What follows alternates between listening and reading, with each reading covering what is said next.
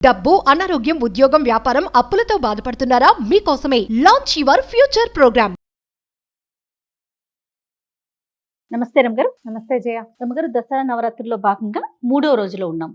ఈ రోజు యొక్క విశిష్టత ఆశ్వీజ శుద్ధ తదియ తృతీయ అంటారు, 3వ రోజు. ఈ రోజున అమ్మవారిని అన్నపూర్ణ స్వరూపంతో కొలుస్తారు. అసలు జీవులు పుట్టేదే అన్నం నుంచి, అంతే కదా.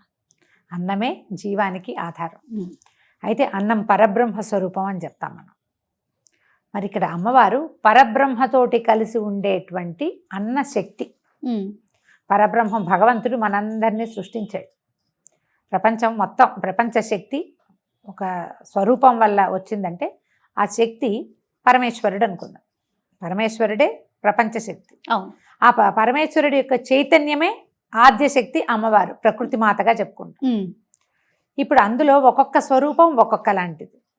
మన కదలికలకి అవసరమైంది ఒక శక్తి, మన ఆలోచనకు అవసరమైంది ఒక శక్తి, మన ఉపాసనకు అవసరమైంది ఒక శక్తి, మన జీవికకి అవసరమైన శక్తే అన్నపూర్ణ. అన్నమే జీవుల యొక్క ఆధారభూత శక్తి. అది లేనిదే ఇంకా జీవుడు కదిలేదేం లేదు కదా. గర్భస్థ శిశువుకైనా ఆహారం అందవలసిందే, వాడంతటి వాడు పెరగడు కదా. తల్లి తిన్న ఆహారం నుంచి శిశువుకి ఆహారం అందుతుంది.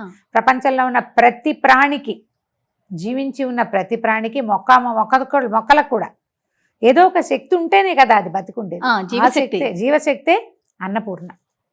అయితే ఈ అన్నపూర్ణ దేవికి మనం కట్టుకున్న సంపెంగ రంగు, లేత గంధపు రంగు, గంధపు పసుపు రంగు ఇలాంటి వస్త్రాలు సమర్పిస్తారు. ఈ రోజున అమ్మవారిని ఒక గరిట పుచ్చుకుని కూర్చుని ఉన్నటువంటి స్వరూపంలో చూపిస్తారు. పరమేశ్వరుడికి అన్నం వడ్డిస్తున్నట్టుగా పరమేశ్వరుడికి కూడా ఆహారాన్ని అందించే శక్తి అన్నపూర్ణే. కాశీలో విశాలాక్షితో పాటు అన్నపూర్ణాదేవి కూడా మనకి కనపడుతుంది. అయితే ఈ గరిట పుచ్చుకుని ఉన్నటువంటి ప్రతిమా స్వరూపాన్ని మనం అర్చనలో పెట్టుకుంటే చాలా విశేషమైన ఫలితం లభిస్తుందంటారు. మామూలుగా అందరిళ్ళలో కాశీ గనక వెళ్తే చిన్న చిన్న అన్నపూర్ణ విగ్రహాలు దొరుకుతాయి. అవునండి. గరిట పుచ్చుకుని, ఒక చేత్తో పుచ్చుకుని ఇట్లా ఉన్నట్టుగా అమ్మవారు. ఈ గరిట ఉన్న ప్రతిమని గనక మనం తెచ్చుకుంటే బియ్య బస్తాలో వేసుకుంటే ఎప్పుడు బియ్యానికి తరుగు ఉండదంటారు. పూజలో మనకు చిన్న చిన్న మండపాలు ఇవి ఉంటాయి కదా, మన సింహాసనాలు. అన్నపూర్ణ తప్పకుండా ఉండాలి. గౌరీ, అన్నపూర్ణ, వినాయకుడు తప్పకుండా ఉండవలసిన వాళ్ళు అన్నమాట. మన ఇంట్లో అన్నానికి లోటు ఉండదు. ఏ వేళకి ఎవరు వచ్చినా మనం ఒక ముద్ద అన్నం పెట్టగలుగుతాం. మనం ఎవరికైనా చేయాలంటే అతిథి అభ్యాగతి సేవ ఏమిటి, వాళ్ళకి డబ్బులు ఇవ్వక్కర్లా, బంగారం ఇవ్వక్కర్లా, భోజనం పెడితే సరిపోతుంది. ఆ పూటకి ఒక ప్రాణికి అవసరమైన ఆహారాన్ని అందించే శక్తి మనకి కలగాలంటే అన్నపూర్ణ ఆరాధన దానికి చాలా ఉపకరిస్తుంది. చాలామంది ఇళ్లలో ఒక ప్రత్యేకమైన విధానాన్ని నేర్పిస్తారు. ఈ కూరలో వాటిలలో ఉప్పు వేసేటప్పుడు ఆ ఉప్పు ఎక్కువ తక్కువ అవ్వకూడదు. ఆ బియ్యం పోసేటప్పుడు పొయ్యి మీద పెడతాం, అన్నం ఏదో వండుతాం, ఇంట్లో వాళ్ళకు ఓ ముద్ద తక్కువ అవ్వకూడదు. ఎప్పుడు ఓ ముద్ద ఎక్కువ మిగలచ్చు. అన్నం పూట అన్నం తక్కువ అయితే ఎట్లా? అందుకని ఏం చెప్తారు, అన్నపూర్ణే సదాపూర్ణే శంకర ప్రాణవల్లభే జ్ఞాన వైరాగ్య సిద్ధ్యర్థం భిక్షాందేహిచ పార్వతి అని ఈ శ్లోకం చెప్పుకుంటూ ఉప్పేస్తే కూర రుచిగా కుదురుతుంది. ఆ అన్నం సరిపోతుంది. చాలామంది ఇళ్లలో వంట పెద్దవాళ్ళు నేర్పించిన వంట విధానం అలవాటు ఉంటే వాళ్ళు నేర్పుతారు ఇది. మనమే వండుకొని యూట్యూబ్ చూసి వండుకున్నాం అనుకోండి, మనలాంటి పెద్దకాయలు ఏం చెప్పరు అలాంటివి. ఇంట్లో మా అమ్మలో, తాతమ్మలో, పెద్దవాళ్ళ దగ్గర కూర్చుని వంట నేర్చుకుంటారు కదా, వాళ్ళకి ఈ ప్రత్యేక శ్లోకం తెలుస్తుంది. మీకు ఇప్పటిదాకా తెలియపోతే ఈ శ్లోకాన్ని అలవాటు చేసుకోండి. మనం వేసే ఉప్పు తినేవాడి రుచికి సరిపడా ఉంటుంది. కూర మిగలదు, వృధా కాదు, అలాగని తక్కువ అవ్వదు.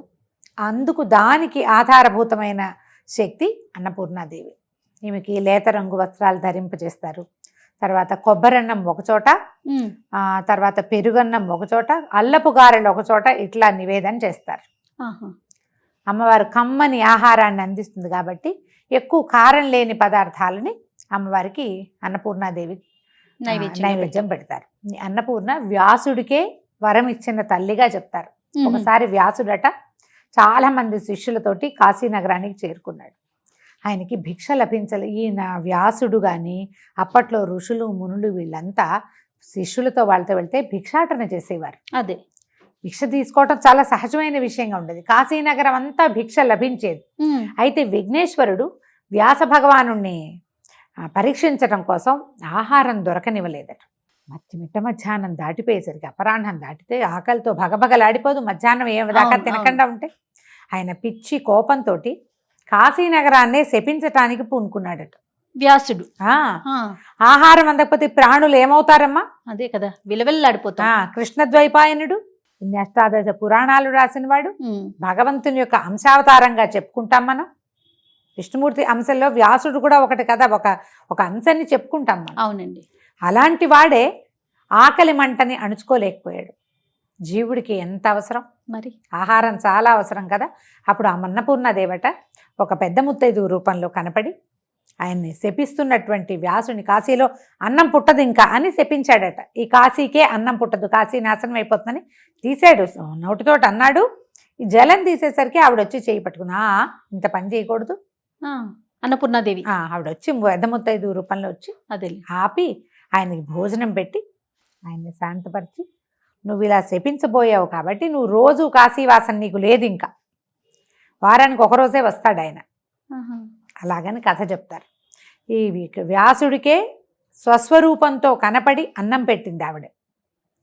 ఆమెని ఈ రోజున తలుచుకుంటాం మనం నయానా భయానా చెప్పటం అంటారు. ఎప్పుడైనా వింటాం కదా, భయాన్ని చెప్పడం, కోప్పడతాం. కోప్పడేది ఎప్పుడు వస్తుంది? ముందు బాగా చెప్పాక అప్పుడు ఆ నయాన చెప్పటం ఏంటంటే, అన్నం పెట్టి మంచి మాట చెప్పు. ఇప్పుడు ఎవరికైనా ఒక మంచి మాట చెప్పాలి, వాడి మాట వినడు. పక్కన కూర్చొని అన్నం పెట్టి ఏదైనా తినడానికి ఇచ్చి, కాస్త కాఫీ ఇచ్చి, మంచినీళ్ళు ఇచ్చి, వాళ్ళని శాంతపరిచి ఒక మాట చెప్తే ఈ పెట్టిన చెయ్యి మహాత్యం వల్ల అవతల వాళ్ళు లొంగుతారు. అదే కదా మన లెక్క. అవును చూడు, మనం మొదట అవతారం ఏం చెప్పాం? బాలా త్రిపుర సుందరి చిన్నపిల్లగా కనపడింది. తర్వాత పంచముఖిగా శాంత స్వరూపంతో నన్ను ఉపాసించు, నీకు వరం ఇస్తానని చెప్పింది. మూడోది అన్నం పెట్టి చెప్తోంది. మూడో స్వరూపంలో భోజనం పెట్టి, నాయనా హాయిగా తిను, కడుపు నిండా ఎందుకు వచ్చిన గొడవ, సర్దుకుని ఉండమని చెప్పడానికి ప్రయత్నం చేసింది. అప్పుడు కూడా వాళ్ళు వినలేదు రాక్షసులు. ఆ లెక్కకి ఇప్పుడు చూడు, మూడో స్వరూపం మనం అన్నపూర్ణ స్వరూపాన్ని కొలుస్తాం. ఈ అన్నపూర్ణాదేవికి అన్నపూర్ణాష్టకం చదువుకోవచ్చు. మనకి స్తోత్ర నిధి యాప్లో అన్నపూర్ణాష్టకం దొరుకుతుంది. అన్నపూర్ణ స్తవం ఒకటి, ఇంకా ఒకటి 2 స్తవాలు చిన్న చిన్నవి దొరుకుతాయి. తర్వాత ఏమో మన అష్టోత్తరం దొరుకుతుంది. అష్టోత్తరం చదువుకుని అమ్మవారికి తెల్లటివి చల్లటివి, అంటే వేడి చేసే పదార్థాలు కాకుండా ఏవైనా మనం నివేదన చేయొచ్చు. రోజువారీ మనం చేసే పెసరపప్పు, వడపప్పు, పానకము, పళ్ళు, పాలు వీటిని నివేదన చేస్తుంటే అన్నానికి సంబంధించిన పదార్థాలు పులగం పెట్టచ్చు. తర్వాత ఏమో మన చెప్పాం కదా, పెరుగన్నము, కొబ్బరన్నము, అల్లపు గారెలు కొన్ని ప్రాంతాల్లో చేస్తారు. వీటిని నివేదన చేయటం ఈ అన్నపూర్ణ రోజున విస్తారంగా భోజనం పెట్టే ప్రయత్నం చేసుకుంటే మంచిది. ఎక్కడైనా మనం ఇదంతా చేయలేకపోతాం అనుకోండి, ఇది కుదరదు ఒక్కొక్కసారి. కానీ అన్నపూర్ణ స్వరూపం ఉన్నటువంటి తృతీయ నాడు కనుక, తదియ నాడు మనం ఎక్కడైనా అన్నదానానికి ఏర్పాటు చేస్తే చాలా మంచిది. మనకి ఇంట్లో సంతానానికి ఏమైనా సమస్యలున్నా, సంసారంలో ఇబ్బందులున్నా, ఆరోగ్య సమస్యలతో బాధపడే వాళ్ళు అనారోగ్యాలతో బాధపడుతూ ఉంటారు. అవునవును. ఇప్పుడు అనారోగ్యం చాలా సహజమైన విషయంగా ఉంది మనకి కదా. దానికి పరిష్కారాలు కూడా చాలా సులువుగా అయిపోయినాయి కదా రమ్మగారు. అవును, అవునా కదా. ఒకప్పుడుతో మనం చూసుకుంటే ఇది వరకటి కంటే ఇప్పుడు కొంచెం తేలిగ్గా మనకి వైద్యం లభిస్తుంది. ఆ వైద్యాల్లో భాగంగా ఈ రోజున అన్నం పెట్టే వైద్యాన్ని కూడా చేసుకోండి. ఎవరికైనా అన్నార్థులకి అన్నం పెట్టేది, ఏదైనా ఓల్డేజ్ హోమ్స్ కానీ, లేకపోతే ఇవి కానీ అనాథ శరణాలయాలు కానీ ఎక్కడో చోట పెట్టచ్చు కదా. దేవాలయాల్లో డబ్బులు ఇవ్వటం కానీ ఇట్లా ఏదైనా ఏర్పాటు చేయండి. బియ్యం దానం చేస్తే చాలా మంచిది ఈ రోజున. ఎవరికైనా బియ్యం ఇవ్వటం, ఇవన్నీ చాలా మంచివి. ఏదే ఆహార పదార్థాలు ఇచ్చే పద్ధతి ఉంటే మనం ఏదైనా వండి ఇవ్వచ్చు, దినుసులు ఇవ్వచ్చు. ఏది ఇచ్చినా కూడా విశేషమైన ఫలితం లభిస్తుంది. ఈ రోజున అన్నపూర్ణాష్టకం చదువుకోండి. పొద్దున సాయంత్రము కూడా లలితా శాస్త్రం చదువుతున్న ప్రాక్టీస్ ఉండి రోజు లలితుంటే లలితా శాస్త్రం చదువుకుంటూనే అన్నపూర్ణాష్టకం కూడా చదువుకోవచ్చు. ఈ 9 రోజులు కూడా లలిత చదువుకుంటారా రమ్మగారు? ప్రతిరోజు కుంకుమ పూజ చేసుకునేవారు కుంకుమ పూజ, లలిత చదువుకునేవారు చదువుకోవడం, పారాయణగా చదువుకోవచ్చు.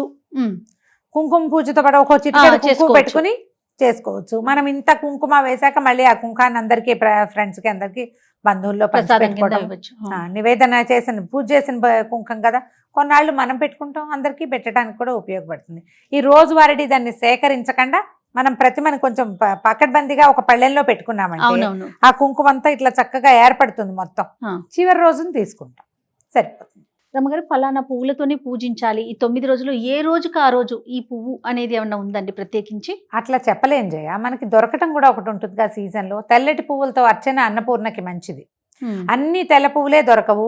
ఓ 10 తెల్ల పువ్వులు దొరుకుతాయి అనుకో, 11 పువ్వులు చేయండి వాటిని. 11 పువ్వులు చేసుకుని 11 పువ్వులు ఒక 11 నామాలకి అర్పించడం, నమస్కారం చేసుకోవటం. ఓకే. ఈ పువ్వులు ఏంటంటే మనం ఉదయం పెట్టినవి. చామంతులు, గులాబీలు అవి దొరుకుతాయి. 5-6 రంగుల గులాబీలు దొరుకుతున్నాయి, అవునవును. 4-5 రంగుల చామంతులు దొరుకుతాయి. వాకిళ్లలో మందారాలు అవి ఉంటాయి. తర్వాత ఏమో ఈ నందివర్ధనం, గరుడవర్ధనం ఇలాంటి పువ్వులు ఉంటాయి. ఆ పువ్వుల్ని వాడుకుంటే సరిపోతుంది. ఓకే. ఉదయం పెట్టిన పూలు మళ్ళీ సాయంత్రం తీసేవేయాలంటారా? అంటే ఉదయాన్నివి సాయంత్రం తీయాలన్న నియమం పెద్దగా లేదు. మనం ఇది రాత్రి పూజ పెద్దది కదా, ఉదయం అవునవును. కొంచెం అలంకారం చేస్తాం, సాయంకాలం ఎక్కువ అలంకారం చేస్తాం. కానీ మర్నాడు ఉదయం తప్పకుండా తీసేయాలి జయ. నిద్ర చేసిన నిర్మాల్యం పనికిరాదు. అసలు పనికిరాదు. అవును. రాత్రి నిద్ర అయిందంటే తెల్లవారాక మొత్తం నిర్మాల్యం అంతా ఖాళీ చేయటం. మనం ఖాళీ చేయనిది ఏమిటంటే ఈ మండపంలో నుంచి కుంకుమ మాత్రమే. ఈ 10 రోజులు కూడా, నవరాత్రులు అన్ని రోజులు కూడా మనం పేర్చుకుంటూనే వేస్తాం. రోజు వేసింది ఆ ప్రతిమని కదపకుండా మిగిలినవి అన్ని అర్చనకి పువ్వులు పెడతాం కదా, పుష్పం సమర్పయామి అంటాం. మీరు చిన్న పూజ చేసుకుని పువ్వులు పెట్టినా మర్నాడు తీసేయాలి. పువ్వులు ఫ్రెష్గా ఉన్నాయి. ఇవి ఉంటాయి కదా, ఈ మన చామంతులు అవి కదలకుండా అలా ఎట్లా పెట్టిన పువ్వు ప్లాస్టిక్ పువ్వులే అలాగే ఉంటుంది. అయినా కూడా తొలగించాలి. ఒక రోజు నిద్ర చేసింది అంటే ఆ పువ్వు తీయవలసిందే. ఫ్రెష్ పువ్వులు మళ్ళీ పెట్టుకోవాలి. మీకు ఆ మిగిలిన పువ్వులు ఏ పళ్ళెంలోనా వేసి హాల్లో పెట్టుకోవచ్చు కదా, కానీ దేవతల మీద మాత్రం ఉంచకూడదు. ఈ నియమాన్ని పాటించండి. ఎప్పుడు ఏ దేవతారాధన అయినా, ఇప్పుడు వాకిట్లో కట్టుకున్నాం అనుకో జయ, పువ్వులు అవి 2 రోజుకి తీయాల్సిన పని లేదు. 3 రోజులు ఉంచుకోవచ్చు. వాడితే తీసేయాలి. అవును. వాడకుండా ఉంటే ఒక రోజు ఉంచినా పర్వాలేదు. కానీ ఈ దేవత అర్చనకి మాత్రం అట్లా పనికిరాదు. ఏ రోజుకి ఆ రోజే మనం తీయాలి. లలిత కూడా సామూహికంగా చేసుకుంటూ ఉంటారు కదా రమ్మగారు, చేస్తారా? వెళ్తాను, తక్కువ నేను చేయటము. సామూహికంగా చేసుకోవచ్చు. మీరు చుట్టుపక్కల ఒక 10-12 మంది, 11 మంది, 9 మంది కుదిరేమనుకోండి, వాళ్ళ ఇంట్లో ఒకరోజు, మన ఇంట్లో ఒకరోజు చొప్పున చేసుకోవచ్చు. ఎందుకంటే అమ్మవారికి సామూహికంగా చేసే అర్చన చాలా ఇష్టం అమ్మ. లలిత పారాయణ చేయటం, ఎక్కువ మంది సువాసినులు అందరూ కూర్చుని చదవటము, అవన్నీ ఆవిడకి చాలా ప్రీతిదాయకమని చెప్తారు. ఆమెను సంతోషపెట్టడమే కదా ఇప్పుడు మనం చేయవలసింది. కాబట్టి చక్కగా చేసుకోవచ్చు. ఎక్కడైనా ఎవరైనా పిలిస్తే వెళ్ళి రండి. ఇప్పుడు తాంబూలాలు, ఇది ఒక ప్రశ్న ఉంటుంది. తాంబూలం తీసుకోవటానికి పిలుస్తూ ఉంటారు. తప్పకుండా వెళ్ళాలమ్మా. పసుపు కుంకాలకు పిలిస్తే 10 ఆమడలు నడిచి వెళ్ళాలని శాస్త్రం. పొట్టు పసుపు తీసుకోవడానికి రండి అంటే వీళ్ళ ఇంటికి ఏం వెళ్తానులే, ఇప్పుడు ఏం వెళ్తానులే అనుకోకూడదు. ఇలాంటి భావాలు ఉండకూడదు. తప్పకుండా వెళ్ళి తీరవలసిందే. తాంబూలానికి పిలిస్తే వెళ్ళాలి. బొట్టు పెట్టించుకుంటుంది కానీ రండి అంటే పెట్టించుకోవాలి. అవకాశం ఉంటే మాత్రం వెళ్ళి తీరాల్సిందే. సాధారణంగా వెళ్ళవలసిందే. నీకేదో విపత్కర పరిస్థితులు, ఏ కాలో బెణికింది, ఏ చెయ్యో ఇదైంది, వెళ్ళలేని దుష్కరమైన పరిస్థితి వస్తే మానండి. కానీ ఏం వెళ్తానులే అని మాత్రం మానద్దు. ఈ రోజుల్లో అస్సలు మానకూడదు. మన ఇంటికి ఎవరన్నా వచ్చినా తాంబూలం ఇవ్వాలి. మనల్ని ఎవరు పిలిచినా కూడా మనం వెళ్ళి తాంబూలం తెచ్చుకోవాలి. వాళ్ళ ఇంట్లో ఏదో అష్టోత్తరం చేస్తున్నారు, అంత సమయం లేదండి, నేను మా ఇంట్లో కూడా పూజ ఉంది అంటే వెళ్ళి కనపడి బొట్టు తీసుకుని రండి. కానీ ప్రతి పండుగ కూడా ఒక రోజు మాట్లాడుకుంటాం, 2 రోజులు 3 రోజులు. శరన్నవరాత్రులు మాత్రం 10 రోజులు మాట్లాడుకునే పండుగ కదా రమ్మగారు. సంతోషం రమ్మగారు. నమస్తే. నమస్తే జయ.